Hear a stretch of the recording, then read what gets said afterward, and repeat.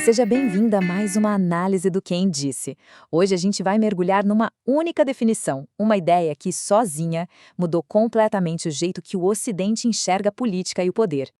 Essa pergunta, hoje em dia, pode até soar um pouco ingênua, né?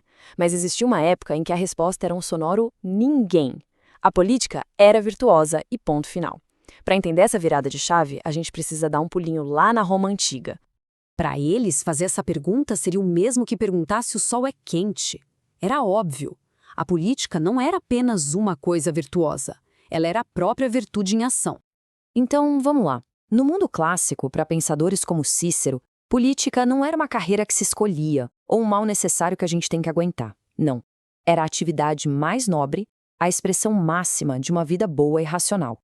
A lógica deles era bem direta. Seres humanos são racionais. E o que pessoas racionais fazem? Se juntam, com base na razão, para criar uma sociedade justa e buscar o bem comum. Simples assim. Por isso, participar da política era o destino natural de um bom cidadão. E uma república, claro, só seria forte se seus cidadãos fossem virtuosos.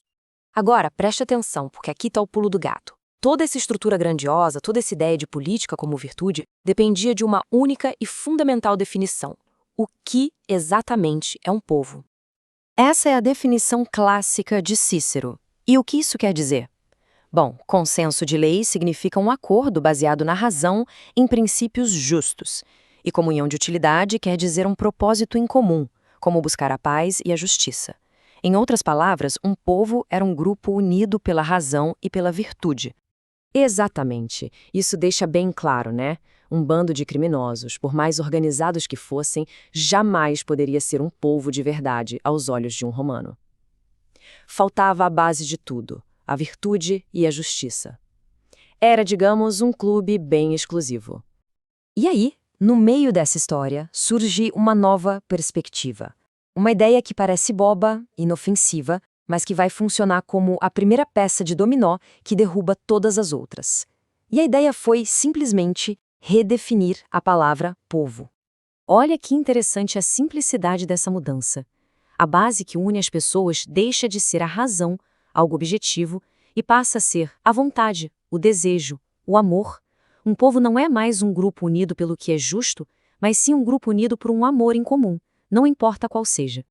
E é aqui que a coisa fica divertida. Essa nova definição é radicalmente inclusiva e, mais importante, moralmente neutra. Não interessa se o que une o grupo é bom ou ruim. O que importa é que eles amam aquela coisa em comum. Então, se piratas amam o mesmo tesouro, eles formam um povo. Se cidadãos amam a justiça, eles também formam um povo. E a primeira consequência disso é gigantesca. Se um povo pode ser formado por qualquer amor, então a política deixa de ser uma atividade naturalmente boa. Ela é, como dizem, desnaturalizada. É arrancada do seu pedestal de virtude. Essa frase resume tudo. A moralidade não está mais dentro da política. Ela vira um julgamento sobre os objetivos daquele povo. A política em si vira uma coisa neutra. Pensa na política como um martelo. Um martelo não é bom nem mau, certo? Na mão de um carpinteiro, ele constrói uma casa. Na mão de um vândalo, ele destrói uma janela. A política, nessa nova visão, é a mesma coisa. Uma ferramenta poderosíssima, cujo valor depende totalmente da intenção de quem a usa. E essa é a conclusão bombástica. Para os romanos, uma república injusta era um absurdo, não fazia sentido. Com essa nova definição, uma república de pessoas unidas pelo amor ao dinheiro ou à tirania não só era possível, como era tecnicamente uma república legítima. Chocante, né? E vamos para a próxima peça do dominó. Se a política é só uma ferramenta aqui da Terra, e não o bem supremo, isso abre uma brecha para que outra fonte de autoridade comece a disputar a lealdade das pessoas. Antes, a lealdade era simples, ao Estado, à República. Agora, com a ascensão do pensamento cristão, uma nova e, para eles, mais alta lealdade entra em campo. O cidadão passa a viver em dois mundos ao mesmo tempo. A cidade terrena, com suas leis e governantes, que se obedece para manter a ordem, e a cidade celeste, com a lei divina, que se obedece por ser considerada a verdade suprema e eterna. E essa é a pergunta de $1 milhão. Para a nova mentalidade cristã, a resposta era óbvia. A autoridade da lei divina vem primeiro. A obediência ao Estado virou, portanto, condicional. E aqui, a gente chega na consequência final, aquela que mudou o rumo da história do Ocidente. Essa ideia de autoridade dividida não ficou só na teoria, não.